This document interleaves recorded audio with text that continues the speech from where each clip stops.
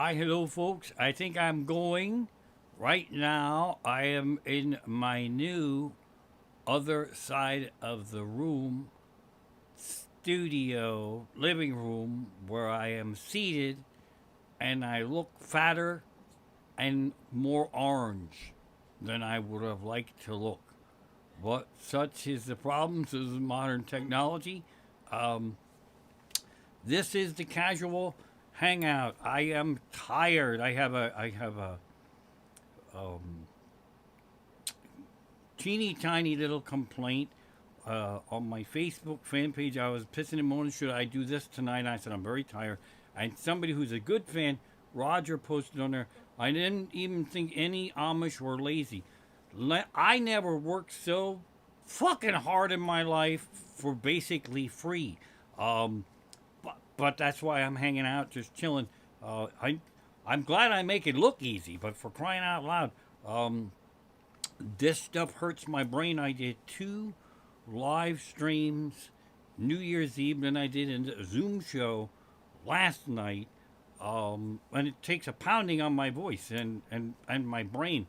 So I am. I've never worked as hard in my life for free. I love doing this, but truth be told, I'd rather drive 3 hours that way, do a show, pick up $2,000, and drive 3 hours back this way. Uh, much as I love this, um, so I need a new plan. That's what I need. But anyway, I'm supposed to say the date. Welcome to. It's not episode 40. It's just fuck it. We're just wrapping things up. It is January 2nd, 2021. Woohoo! Happy New Year. Let me tell you about what's been going on with me. The Zooms that I do. Friend of mine, a career friend, Jim Mendrinos, has been so helpful to me in my career. He's trying desperately to keep comedy going, and Zooming is way tougher than this because he's got to orchestrate like 8 or 9 assholes like me and get us all in at the same time. And there's never any money, and we're all uh, really screwy and we're really nuts, and there's actually headlining spots, and he moves us around a lot, not because he's a dick, but it depends who he can get. So I was supposed to be headlining a show last night, and that means I get more time and you figure out different things you want to do. But then I got bumped to a middle slot, which I didn't really care because he knows everybody. He's been around forever, and I just figured, oh, Sparky's on my knee. Oh. Um, so at first I'm a little pissed, and then when I look at who is on the show with me, I go, I never heard of them. They never heard of me. But then I Google them, and I go, okay, that makes sense. So what was cool about last night was it's the first time I Zoomed with like 5 or 6 comedians that were actually happy and didn't hate life. And the reason that the two of them were happier than the rest is they actually aren't stand-up comedians anymore. They're writers, and when I the one guy, Rich Scheidner, I think that's how you say his name. When I saw his credits, he's in like Beverly Hills Cop, and he's in Roxanne, the Steve Martin Knows movie, and he's written, and the other ladies they wrote for Don Rickles and Bill Maher and all these people. I'm like, okay, you can't headline me when people like this are on the show. Then, because you all know how nuts I am, I sat down and it turns out that I was headlining, and then that made me even fucking crazier yet because these people never heard of me. And then all of a sudden, people with 43-year careers, all kind of crazy credits, are being polite to me, and I'm the headliner. I'm losing my fucking mind. But what happened is that last night was so much fun because it was comedians. I knew everybody except the two famous people, and I got to know them. And we're hanging out, Zooming before we start the Zoom. And comedians Zooming, it's kind of like comedians in cars having coffee without the cars and the coffee. And then you hear the stories that people tell and we all have the same story, but it makes me think of my version of that. So, Rich Scheidner is just a sweeter older guy, and he lives in the mountains of North Carolina, I think, and he had shitty Wi-Fi, right? And he does not used to zooming, so his head was on the wrong angle, and then he'd be telling. He told us the most amazing story, right? And this made it worse for me trying to headline. I'll peek in a chat later. Donations are coming in. Thank you. This guy's telling this amazing story. Before he talked about when we start. That was the thing. We all remember our first time on stage. I remember this was his first time on stage. He had no money. He had no act. And I think it was Washington, D.C. area. He had a chance to open for the Ramones. Yes, the actual Ramones. But he wasn't even really ready yet. They just, somebody he knew was in the production. Who knows what. Said, oh yeah, this guy over here, Rich, he's a comedian. And he's like, I'm not really a comedian, but I'm going to open for the Ramones. So, if you're a comedian, opening for a musical act sucks batshit balls. It's the worst thing. I've done it. It's like, and they usually don't announce you before, you do all the headbanging. Now let's have some comedy. So he's getting, and he's got a kind of a hillbilly thing going on even back then. And it's the Ramones audience. And he said they got pierced faces and tattoos, and everybody was just badass punk rock attitude.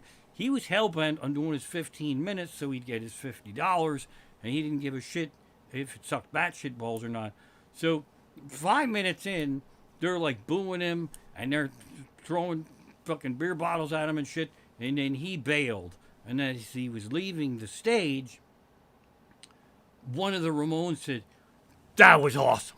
So, but for him to get to that story, he had shitty Wi-Fi, so he goes, so just before the Ramones went on stage there, and now here's this guy. So I'm going to open for the Ramones, and then his Wi-Fi froze. So he was like, tell stories, and then just like fake freeze like this. Like, and the example was, so I was doing this Mennonite chick buggy style, and her bonnet, and I never saw her again. So that's a way to tell a half joke, have the thing freeze, and then go. And then he said Peckerhead threw a beer at him, okay, which again, as comedians, and I got to tell these stories, sad to say that we mostly all have beers were thrown at us stories. So my beer was thrown at me story happened many long years ago. I just started to headline, build a following. I was on the other side of Pennsylvania, and it was kind of like a mini Penn's Peak. It was kind of cool, like a little barn thing. So I was watching upstairs. I don't remember the comedian. He sucked batshit balls that opened for me, and he didn't care. The more he sucked, the more he just wanted to kick people in the nuts, and he just pound. So he actually introduced me, and then I don't know what he said after that, because his Peckerhead got up and took a beer and threw it at him, and it hit him. A glass bottle of beer hit this comedian in the head, and then the Peckerhead sat down, and I was taking the stage while security was escorting this guy out, and this was my beer story. And then I thought, while I'm on stage, I must talk about this, because that's a weird fucking introduction. Now Raymond the Amishcomic, pow, beer in the head, all that asshole out. So for me, the beer in the head is an exit move. It's a badass rock star move. Pow, beer in the head, drops mic, and get the fuck out of there. This guy was so fucking stupid, he threw a beer in a Peckerhead's head and sat down, and he thought he could enjoy my show. And I'm thinking, boy, wouldn't that be a great world if we lived in? I would get one of those helmets that held the 2 beer cans, and I wouldn't even drink them. It'd just be like I'd have them ready in case somebody pissed me off. Like when that fucker put the mustard on my cheeseburger. Hey, what the fuck's wrong with you? Pow! So that was my beer story. But hanging out with these comedians was just absolutely a lot of fun. Then another one, Carol Montgomery, again, same thing. She was in her 60s. She wrote for like 1 million people. She was telling stories about being in her 60s, and her husband was in the other room, and it sounded like he was masturbating or whatever. And she said, "Oh," she comes from, "What the hell's going on?" She said, "He was just trying to get up off the sofa." That's what it was. And then that reminded me of, I'm 62, and then I shared my what it's like to be in your 60s story. I hurt my back picking up a fucking spoon. I heard it. Ow! And my wife said, "What happened?" I picked up a spoon. So it was so much fun to hang out with these other comedians, Zooming and tell these stories. And Jim Mandrinos, again, near and dear friend of mine, I told them this story. I think he should film the little pre-Zoom that we do, but he's new at it. The little pre-Zoom that we do, because he came to a show for me in East Greenville in November a few years back, and he come in to the club like this. It was November. I said, "Jim, it's November. It's cold." He said, "I'm not cold. I'm afraid. I never drove in total darkness before." And I said, "Oh, that's right. He's from New York City." My wife pointed. So, and the New York comedians hanging out, when you bring that up, they all tell stories of driving around Pennsylvania. See, yeah, they have roads with absolutely no lights on them whatsoever, and you kind of wait for another car. And me, I ride around in the hills and the peckerheads on those S-turns and all that shit. The locals all drive like sons of bitches in the fucking road rage. So when I told Jim that, if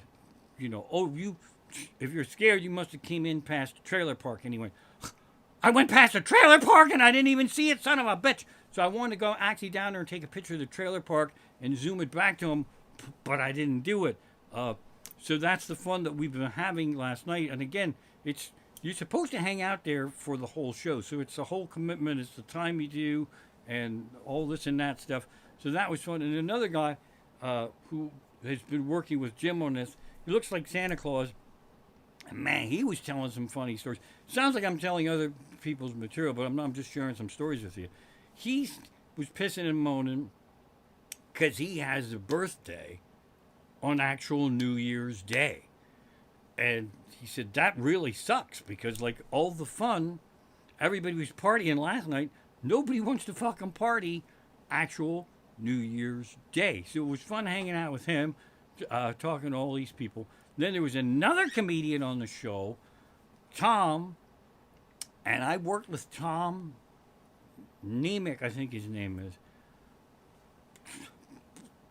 possibly 30 years ago in Lancaster. And before we Zoomed, he Facebook messaged me and he said, "Hey, you big goon," which I am a big goon, but I didn't really recognize who he was. He says, and then he says, "Do you remember me?" And then I told this story last night on the New York Zoom. He said, "Do you remember me?" No, that was 30 years ago. You don't fucking look the same at all. How the fuck would I remember you? And then I started to realize that comedians, as they get older, all start to look like me. So that's the fun. But last night, one of the most fun Zooms that I ever had. I'll be doing more of those.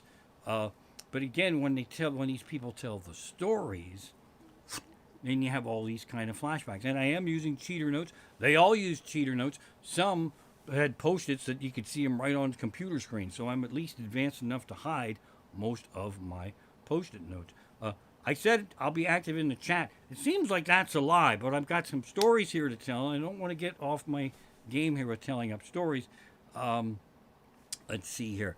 Oh, and then the New Year's Eve chat I did, there was the most awesome flamboyant gay guy on the show, and in the little pre-Zoom, we all introduce each other, and then, hey, how are you? And if you know people, hey, it's good to see you.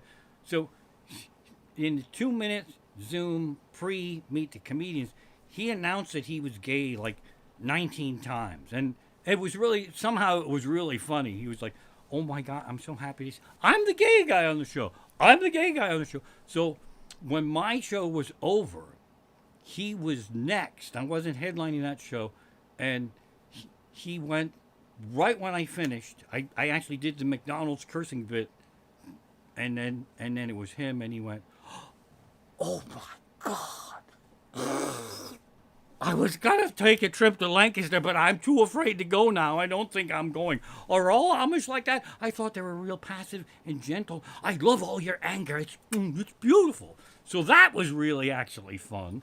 Um, so that's why I'm tired. When it seems like, well, how can he be tired? He only fucking streams an hour a week. It's a little it's a little trickier than that. It's a little trickier than that.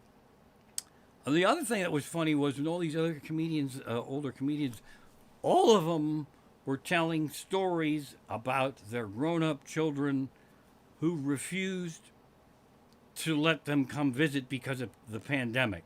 And that was actually kind of fun. I want to come home and see. Nope, sorry, you're not in the bubble. And then that was kind of fun to have things flip around and have the parents be told by the kids, no, you got to stay home. You're not allowed to come out tonight, even at my house. I got a big kick out of that. So that was pretty much fun.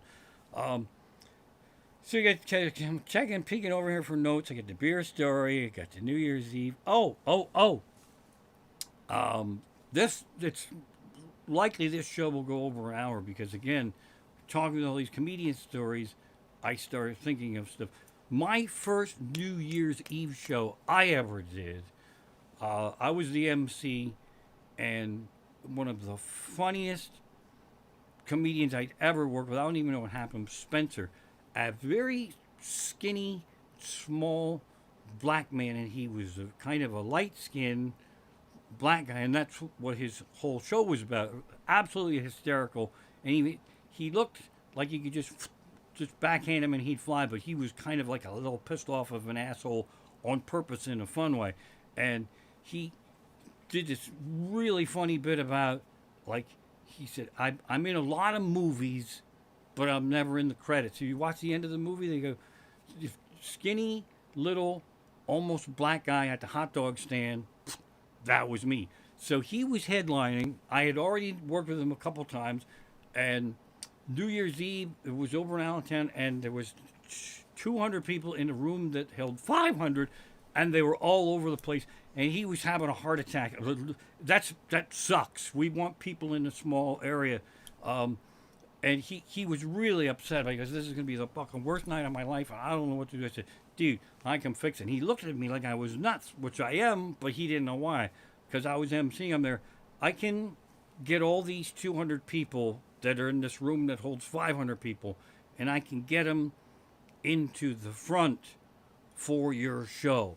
And then he said, well, when are you going to do it? I said, when my show starts. I'm going to take the 15 minutes that I'm supposed to perform and round up all these people and get them to the front. He said, no fucking way. If you can do that, I'll give you $50. And I'm like, that's more than they're paying me, so this is a better gig. And I did. I spent my 15 minutes running around that room and yelling at people and chasing them to the front. And then Spencer opened the show by thanking me for sacrificing myself, and he paid me the $50 right in front of people, and he threatened people that if they tried to go back to the spots, the Amish guy would come and get them. So that was my first New Year's Eve gig, and which then my brain, the trolls in my idea hallway start thinking about different other New Year's Eves. Before I was a comedian, my wife and I would go visit our dear friend Frank, who is sometimes in the chat, and he lives in Easton, and we'd spend New Year's Eve there, and we got New Year's Eve fucked up, and we would pass out and spend the night. We'd never ever tried to drive home, and it became a funny thing with my wife and I. It was like a tradition. We would drive home the next day from Easton and on 22 back to Emmaus. There'd be like every mile there would be. My wife didn't know I was going to tell the story. She's over there laughing. But every mile there'd be a car on the side of the road that didn't make it home. And you could see there was people in it. Sometimes they wouldn't even be in it. They'd be just laying on the car. And this became a tradition for us to say, oh boy, we're driving home sober the next day. Let's watch and see how many cars we can find that didn't fucking make it. So that was New Year's Eve that we had a lot of fun there. Going down my notes here again. Bibbidi bobbidi bobbidi boo. New Year's Eve show. New Year's Eve. drive home from Frank's. Flip this. Notes right there. Move this up here. Oh, and a shout out to my Twin Peaks buddy. Richter's in the house. And he Venmoed me $20 to tell some stories, and I will take a bribe. This is very important information. I can be had. He Venmoed me $20 and said, could I tell some stories of my Bob Levy, Howard Stern days? And I absolutely can. And this block is going to just push me over the deep edge. So, okay. So, I know all these comedians. I know Bob Levy. I know Norton. I know Colin Quinn. I know these people. Hang on. So Bob Levy and I know him for years. Nice guy. He had a representative. Wasn't him. They did the Miserable Man tour. Called me up and asked me if I wanted to be on the Miserable Man tour. And I thought, I have friends that are in the film business and all, and they're always dicking with me. So I pick up the phone, hello, this Raymond the Amishcomic? Yes, it is. I didn't think the Amish had telephones. Well, why didn't that thought occur to you before you dial the fucking number? And then I hung up, and then he called back because it was a real thing. Then I had to fucking apologize. So Miserable Man tour was going to be somewhere, and they asked me to be on it, and I thought I was going to like Vegas or Chicago. It was fucking Carlisle, Pennsylvania. So it's great. I always dreamed of never leaving Pennsylvania, and this will keep that going again. So Colin Quinn was on the show. I love him. I love his comedy. He's a smart man. He's tight. So I like to hang out with him. This guy's brain is working so sharp and so fast that he's writing comedy, like right now, while he's talking to me and apologizing. He goes, I'm not being rude. This is how I can say hello to you because it doesn't take much thought. That's not an insult. It's just, and then I have to write this other shit down there. Pow. That's kind of really fucking amazing. So I met him, and then Bob Levy, who's actually on the Miserable Man show on Howard Stern channel or Howard Stern show, whatever the fuck it was. So he invited me up for that. And then it was him and two other peckerheads that I didn't know. So I drove up to the city by myself. I can do it. And the night I went, Levy wasn't there. Bob Levy wasn't fucking there on the show.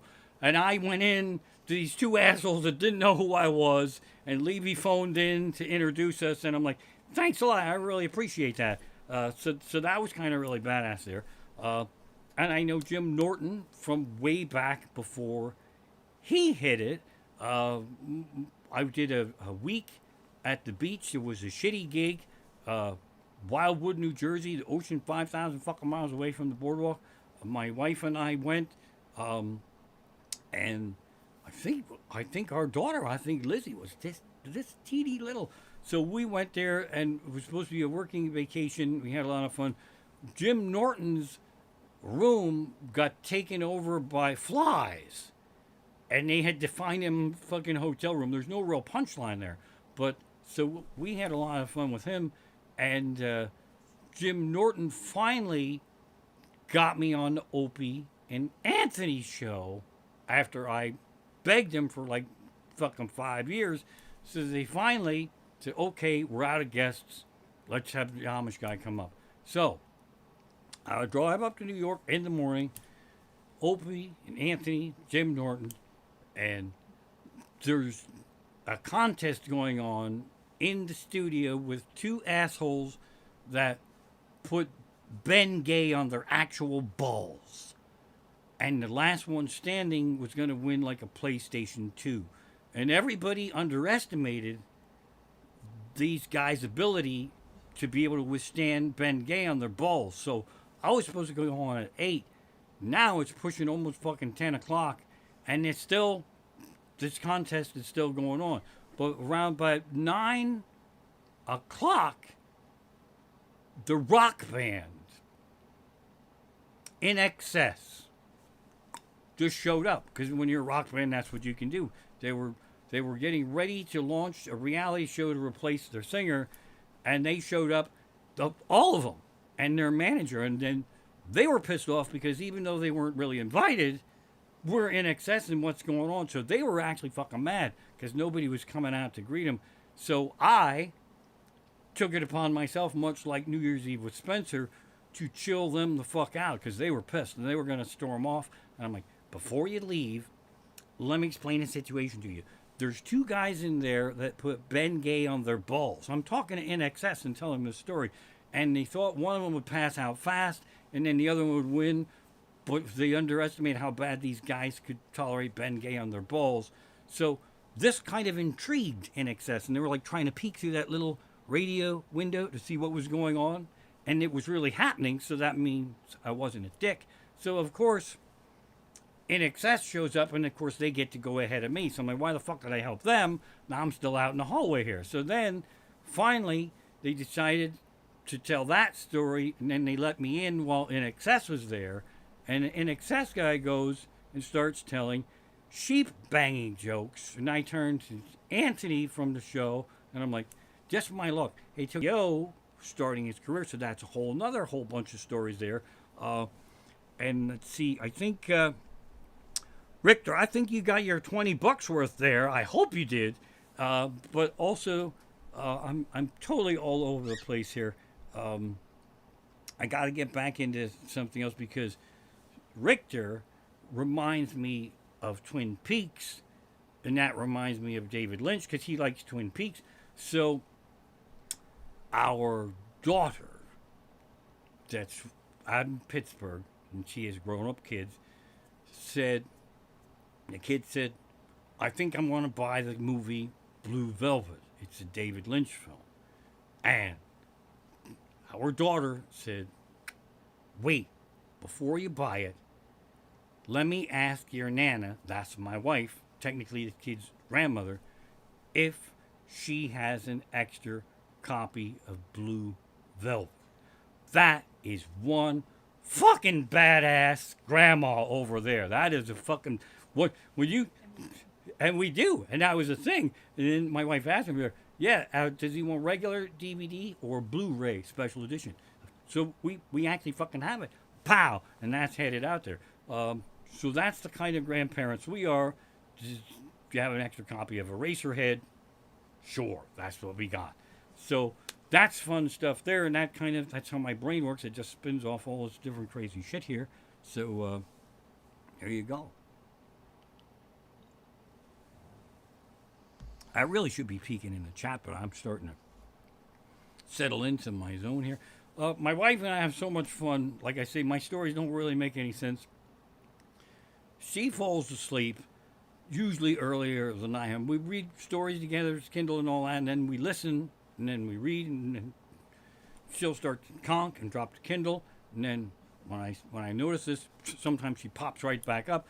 When she's gone, I know she's not coming back, I'll put on something scary, but I'm not putting on anything too scary now because we're already fucking nuts enough. So the other night I put on Outer Limits. My wife woke up at 2 o'clock in the morning. And in defense of her, when you wake up, when you pass out and you wake up, right now if you're like us, we don't even know what fucking room of the house we're in. Did I go up to bed? Or I fall asleep here? Are we on vacation? You have that fucking couple of seconds when you're just trying to figure shit out. So where she falls asleep, has a better view of the TV than she does of me. And there was this, if you like Outer Limits, there was this weird, big, contorted, white, glowing head with 9 lips, and everything was fucking dripping. And my wife looked up, and she was half asleep, and she looked and she said, "Who is that?" I'm like, "What do you mean, who is that? Do you think I invited a fucking ghoul into the house from we're not allowed to have guests. You can't just wake up and say, 'Who is that?' That's Outer Limits. What do you think? I like how polite she was, too, because if there was an Outer Limits monster hanging out with us, instead of just waking up and going, 'What the fuck is going on?' She's like, 'Who is that? Do we need to offer them a tasty beverage? What's going on here?' So that's the kind of fun we have. Again, stories don't have any really point or an end to them. I'm feeling guilty about not being in the chat because that's how I promote this thing, but it's hard to tell stories and then break and then look in there. So this also was a big hit on my Zoom last night. I I really don't like to make shit up. I just roll with whatever's going on. It's not a New Year's resolution, but you're thinking, well, he drinks water all the time. Of course, that's not a New Year's resolution. We are giving up cable TV, and I'm not Amish. I'm not really supposed to have cable, so it's not that big of a deal. But we never watch it. We never fucking watch it, except for New Year's Day. The Twilight Zone marathon is on, and somehow we could stream it, but somehow you just watch it because it's on. And I'm telling the story. I forgot how much commercials suck batshit balls, because there's old rear engine Frisbee on Twilight Zone, and he's talking up a storm, and then the commercial comes on, and the person's real serious, and they go, "Are you suffering from your ass is going to fall off cancer?" And it's so serious, I feel like I have to answer him. No, I'm not. Well, you will be.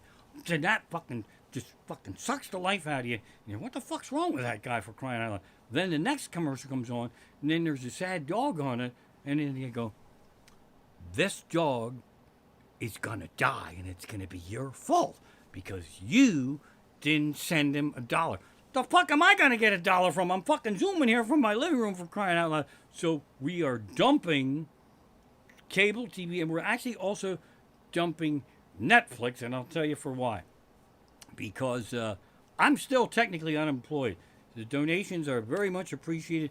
This past year, my wife and I have figured out a lot of shit that we can do without. So we are absolutely going through everything and saying, what we can do without Netflix. I have the Twilight Zone DVDs. I'm just too lazy to get up and put them in the player. So we're going to dump that. That's going to save money.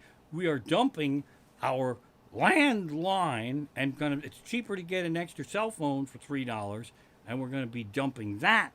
And I have no guilt over that at all, because the last time, I don't even know how to work the phone. When a call comes in, I fucking panic, and the answering machine gets it. And the borough mostly just calls to leave a 9-minute message saying that garbage night is 1 day later because of the holiday. And that's pretty much it. And I use that phone to talk to Keith over the ZZO, but not anymore. I won't be using it. And the last landline we had died within the past year. We had to go out to, actually the year before, because we couldn't go out this past year. I think we went to Target, and I couldn't find the fucking landline phones. And then I asked the kid, "What's the landline? Where do you have the landline phones?" And he goes, What kind of line phone? A phone, like a regular phone, like a cell phone. No, like a home phone. A cell phone you would use at home. No, a old person's phone that plugs into the fucking wall, and it sits there, and you just put the thing, and then he goes, "Oh, a landline." He goes, "I think we have like one to pick from over on the clearance shelf," and that's so. It's so fucking embarrassing to even have a landline. And people mock me, "You're going to get rid of your landline." It's about fucking time. So that's going to save money. Netflix, fucking gone. That's going to save money. And it's don't feel sad for us. We're just thinking, what can we do without? That's fucking waste of money, for crying out loud. Tomorrow, I will be 300 days vegetarian streak. That means no fucking pork chops, no chicken, no steak. 300 fucking days. The amount of money that we save from me not buying meat is just fucking ridiculous. So, 300-day vegetarian. So we're going to be doing without meat. We're going to be doing without Netflix. We're going to be, and then we have friends crack me up. They don't mean to be assholeish, but that's what I look for. I'm drawn to it. So posted that we're going to be dumping Netflix, and friends of ours posted, "Oh, I could never give up my Netflix. We piggyback off our daughter's account." I'm like, well, if I could piggyback off your fucking daughter's account, I wouldn't have to give up my Netflix either. That's the whole fucking point. So, but I don't mean to get that nuts, but that's exactly what happens to me. So that's going to be happening there. And then landlines too. It's kind of funny because I want to be the groovy old pappy that gives the grandchildren Blue Velvet and Twin Peaks and Eraserhead. I don't want to be the old insane pappy where I have to go out in the rain and then the kids are going, Pappy, you cannot go outside with those rubbers on your shoes. They have waterproof boots now or spray. You can't put the rubbers on the boot. I don't want to be the guy with the rubbers. I want to be the groovy Blue Velvet guy. So there's all that stuff. Looks like we're having some fun in the chat here. I'm not gonna stop babbling to look in that chat. My wife's got an eye on it over there, and she's thanking people I know every so often for donations, and that's very much appreciated. Let's see, but I'm going through here. My notes actually say landlines are like rubbers. That's a note, and then I have to remember what that actually means. I don't know how the fuck I'll do that. So there we go. Although we're going back to also hanging out with comedians that talking about early things that happened to them early in their career. As weird as all this is, one of the weirdest things I ever did was audition. Like a clip of me, and it was longer, but somebody saw that. Somebody saw my 4 seconds of sucking on TV, and it was the Gong Show live off Broadway, and I had to drive to New York. I thought that was a trick, and everything I think that's an opportunity, I go, yeah, Crenshaw, get the fuck out of here, and I hang up, and then I got to call back and apologize. So I had to go into New York studio. That's why I love theater people. Our daughter has plenty of auditions. It's terrible. There's 2 or 3 people sitting there going, and you've got to entertain them and singing or dancing. I've had to perform comedy. And the one lady I knew from the Leslie Gold, I think her name is. I'm sorry if I fucked her name up. And the other guy's name I can't even remember. So the other guy looked like he was just getting ready to just go kill anybody. Good shape, just looked very serious. I didn't know this, but he was casting director for like Survivor and The Bachelor. He cast all these fucking shows, and I didn't know this, and thank God I didn't know it because I was already afraid of him. So I'm babbling away like I am now. I did like 5 minutes, horse and buggy. You have 4-way flashers. Yeah, I light the candle, then I blow it out, then I light the candle, then I blow it. Then I was done, and then it was him and her going,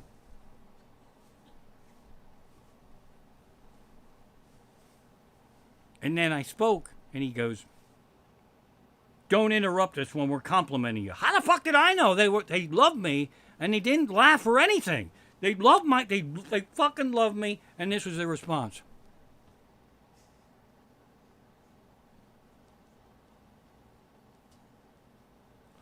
So when I think about that, this is a fucking piece of cake. I mean, because you peckerheads, I love you, but I actually can't even really see you. I want to sometime do this, and I'm going to have to charge you because I got to figure out ways to make money. I want to set up a Zoom, and I'm thinking it's going to be like $20 a head. I'll get like 9 or 10 people in, and we'll all be able to see each other and talk and hang out. And I think I'm going to do like an F-bomb choir. I wanted to do it with the Zoom with the New York people, but it's a little ballsy when you don't know if you're actually going to be the headliner or not. So I'll be working on some of that shit, trying to make money until something happens. I get this much depressed every so often because the start of the busy season for comedy has started without me. So here we fucking go. January, metric fuck ton of money. February, big fucking money month. March, then it starts to trickle down. So I'm starting this year again with a fuck you and a bucket of goo. But I'm not the only one. That's why we're dumping landlines and Netflix, and that's why I'm streaming tonight, even though I'm tired and I'm the only lazy Amish guy that fucker has ever met. That's what we're doing here. We're hanging out. I'm going to be doing more of these because I am really fucking comfortable here. I sit my ass right here. Back to my notes here. 300th Day Vegetarian, AGT audition. Here's one. You don't know the curse it is to be me. Because even as these comedians are telling stories, they remind me of shit, and then my brain goes this way and that. Every year when it's Christmas and we watch Jingle All the Way, Arnold Schwarzenegger, the mailman is Sinbad. And Sinbad, I don't like. And I'll tell you why I don't like him. Um, Back in the Spencer days, when I got my first New Year's Eve gig, I was doing 15-minute sets in the basement of the Radisson Hotel on Hamilton Street. And down the street was Symphony Hall, and Sinbad was there, and he arranged to have his opening act have my stage time. All right? And I was fucking mad. I was so fucking mad.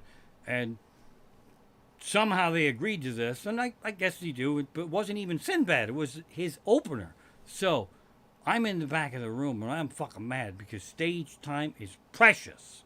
Then if I didn't learn that this past year, I already knew it then. I was so fucking mad. And Sinbad wasn't in the club yet, but he's like, he can't fucking hide anywhere. So he waited until his opening act was on stage, and then he tried to sneak in, and he's like 9 fucking feet tall. He's built like a fucking wrestler, and he had sandals on and no socks in the nightclub, and that fucking sticks out. And I'm pacing back and forth, and I pretended like I didn't know who he was. And he goes, "Hey, how are you, man?" I said, "I'm not very good." He said, "Why not?" "Well, some big shot asshole named Sinbad decided he was going to have my stage time. So apparently Sinbad's up there, and he's way funnier than I am, so he gets my time." And then I turned, and I walked away from him so I wouldn't fucking laugh. Because, see, what I did was I pretended like I didn't know who Sinbad was, and that his opening act was Sinbad, and he was just some fucking asshole that came in. So whatever chance Sinbad and I had of developing some sort of friendship fucking ended right there. So that's my Sinbad story. And again, Jingle All the Way. Then another one, okay, you guys know this, Bob Nelson, he is sort of famous. He was gonna hit it. He was on a million TV shows, and he character comedian, and he put these big fucking stupid balloons in his shirt to do a stupid football character, right? So, and at the time, he was hot shit. So this sledgehammer of a booking guy called me up, said if I wanted to open for Bob Nelson on a Thursday night, it's $150. I have to drive to this fucking nightclub in New Jersey. I'll collect $150 and I will send $75 to him. And that sounded weird, so I paused. And then he already made a dick out of me. He goes, "This is what is called an opportunity. If you don't want it, it will be an opportunity for someone else." I'm there, I want it. So I pull in there. I'm all excited. Gorgeous. I don't even think it exists anymore. Club Benet is what it was. It was like a Vegas-style nightclub, and it said, "Appearing tonight, Bob Nelson." And nothing else. So them fuckers didn't even know I was going to be on the show. I got there way early, because that's my way, and the club sent me right to, "Alexa, stop." That's my 45 minutes. Fuck that. I'm not even anywhere near done yet. So the club sent me into the big dressing room that was Bob Nelson's, but he wasn't fucking there yet. And it was stocked with all kinds of soda and liquor and fucking food and all this shit. And I'm thinking, this is fucking badass. This dressing room and all this and that shit. So then Bob Nelson showed up, and he had handlers in, management and all that. And he comes into the big dressing room, and he goes, "Hi, I'm Bob Nelson. You can't stay in here." So that's how I met Bob Nelson, and him and I, we got to be friends later on. So then I went for a lesser dressing room, and he said, "You can take any of this stuff that you want." I'm like, "No, I'm sure my dressing room is well stocked up." And it wasn't. There wasn't even fucking water in there, but I was trying to prove a point. So I'm still excited to be on the show. 700-800 people out there. This is how I was announced from behind the curtain. Ladies and gentlemen, I know you're all very excited to see Bob Nelson here tonight. Everybody screamed and went nuts. But before we bring out Bob Nelson, we have a special guest comedian. And they all fucking booed. 800 people booed me before I could even fucking see who was booing them. And I almost shit in my pants. I almost fainted. I almost passed the fuck out. And something, the, the dominant trolls in my idea hallways came out and they were a little fucking mad, which turned out to be good. Because they came out and I just stared at them and I went, okay, I probably do suck. That's why I'm not on the sign. Bob Nelson, he's the star. That's why he's on the sign, and I'm not on the sign. So that's why I'm the guy that goes first. The guy that sucks goes first. But it's very rude to boo me before I have a chance to suck. You're fucking up the flow in the Dynaflow. Protocol, proper manners dictates that you welcome me and allow me to suck before you boo me. That's the way this thing's supposed to work. And that worked. And then they liked me. The idea, troll went back in the idea hallway and he's fucking bound. We'll talk about this later. So that's the story. Again, my stories don't really have a point or an end to them. Checking on some notes here. Oh, back to Jim Norton. So every so often, as I know all these comedians, they would be talking about me on their show.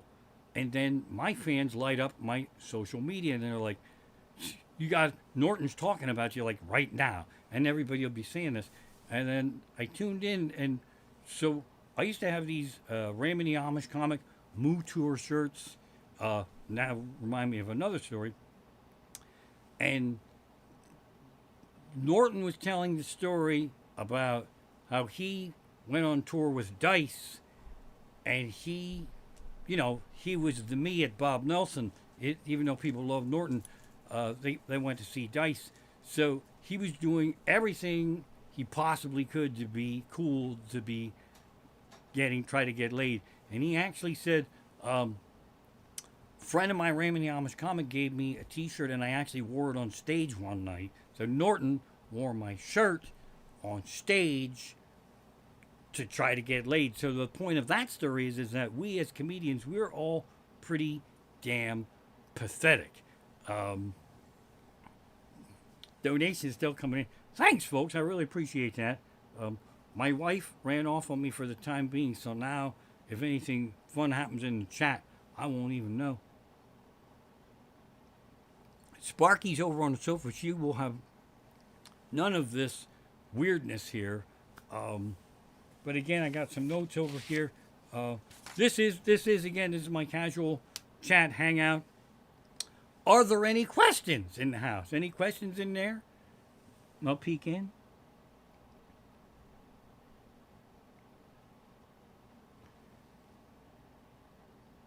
Questions coming in. Have I ever worked with Jimmy Carroll? That's a trick question because there are two Jimmy Carrolls, and I have worked with one of them. And I'm not quite sure which Jimmy Carroll you mean. I think there's one. Which Jimmy Carroll is it that you're? Can you describe who it is? Because I think one is sort of like a magician kind of guy, maybe. Not that one. I work with the other one. So Jimmy Carroll. What do I don't really understand what Bitcoin is. I'm a little bitter about anybody who has money that I don't have right now. So Bitcoin, right there. I don't know. Kevin Keller. Thank you. Donation. Did we figure out which Jimmy Carroll we're talking about?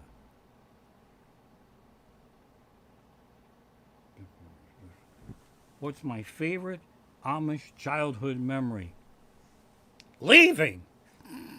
That's a good question.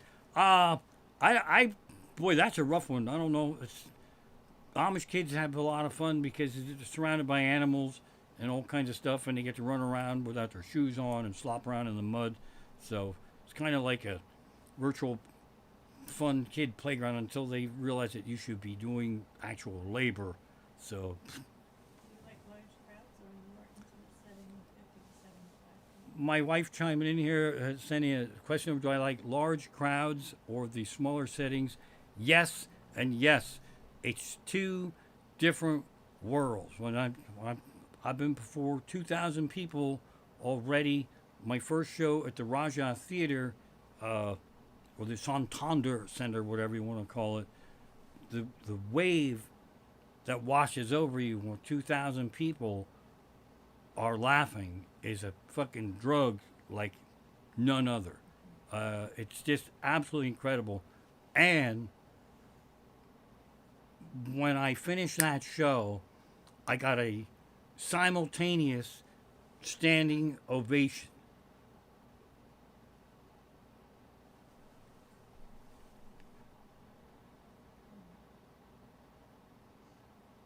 And that makes me fucking cry a little.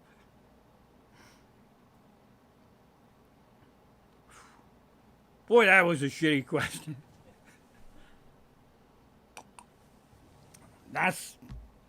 That's what I miss. I'm starting to really miss performing live. Small crowds are great too. If you can pack in a small amount of people in the room and they're all with you, that's like amazing. I can't believe I fucking cried during my live stream.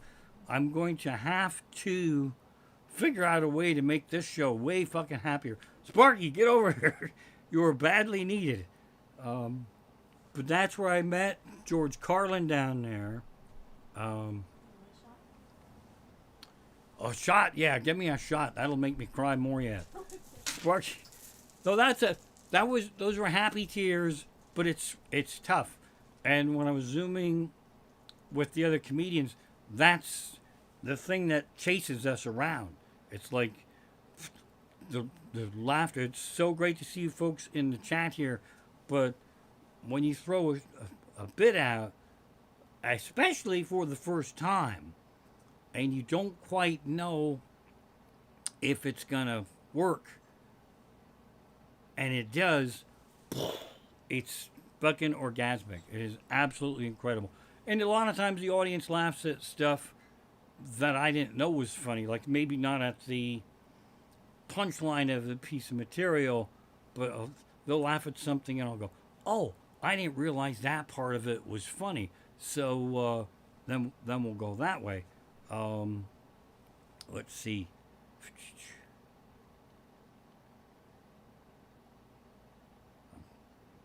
I'm waiting for a shot of liquor right now. So yeah, performing live is the absolute best, and I can't pick large or small crowd. Sold out shows swell your head up. When you are fucking sold out, it's like kerpow. I mean, that's the way. My wife brought me a shot, but she put it way over there. Do you want it? No, I don't think I do. That would be bad. But just seeing it relaxes my nerves. Yeah, sold out shows are the shit. I mean, it really is. And that if all of you, my fans, if you could feel what it's like to hear that roar of laughter and shit when you're on stage, it's kind of amazing.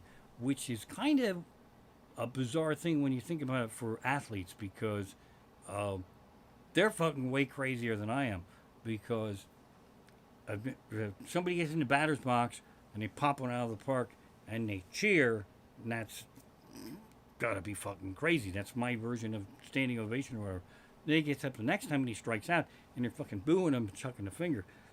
I don't know if I can process that. I don't know if I can process that. So, more questions coming in here. What was your first experience in stand-up, Susan? My first experience in stand-up was I had been phoning into the ZZO morning show for about 6 months, and somehow I decided to take off of work and go over there uninvited. And I convinced my wife to make a funnel cake in the cold letters Z95, and we couldn't fucking do it, so it just looked like a lump of shit. But I took it over anyway, and so the security desk let me in those days. That you can't even get in when you're on the guest list anymore. But that got me in, and I walked into the studio, and they had never seen me before.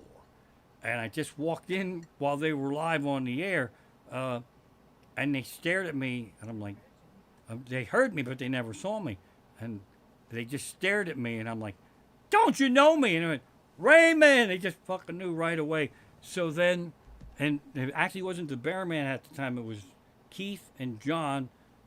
John Carfey had half ownership of a comedy club in Allentown, the Sinbad Club, right in the Spencer Club. And he said, "Oh man, we thought you were an old man. We didn't know you were a younger guy. I probably was about early 30s then. So we're enjoy it. You're funny when you phone in. If you want to whip up like 5 minutes, we'll give you a guest set on stage." So I'm like, I spent a whole fucking month on this 5 minutes rehearsing in the basement for a fucking cat box down there, getting everything right. And the way I thought show business worked was when I called them up and said I am ready, they would say, "Okay, we'll get you in like 8 weeks from next Tuesday." And they're like, "Okay, great, we'll see you tomorrow night." Not tomorrow night, that's no good. I just made Sparky go fucking nuts. So all the way from Emmaus over to Allentown, I was telling myself to turn around and come back home. The whole, I was telling myself, jump off the 8th Street Bridge, don't do it, just don't show up, just decide to chicken out. Just make a decision, chicken out, and that'll be it. Then I went through with it, and getting the first laugh was like, I'm like, oh my God, this actually, and it did, but I'll never forget that. Getting the first laugh was kind of amazing. So that's a good question. I actually can remember my last show too that I've done live.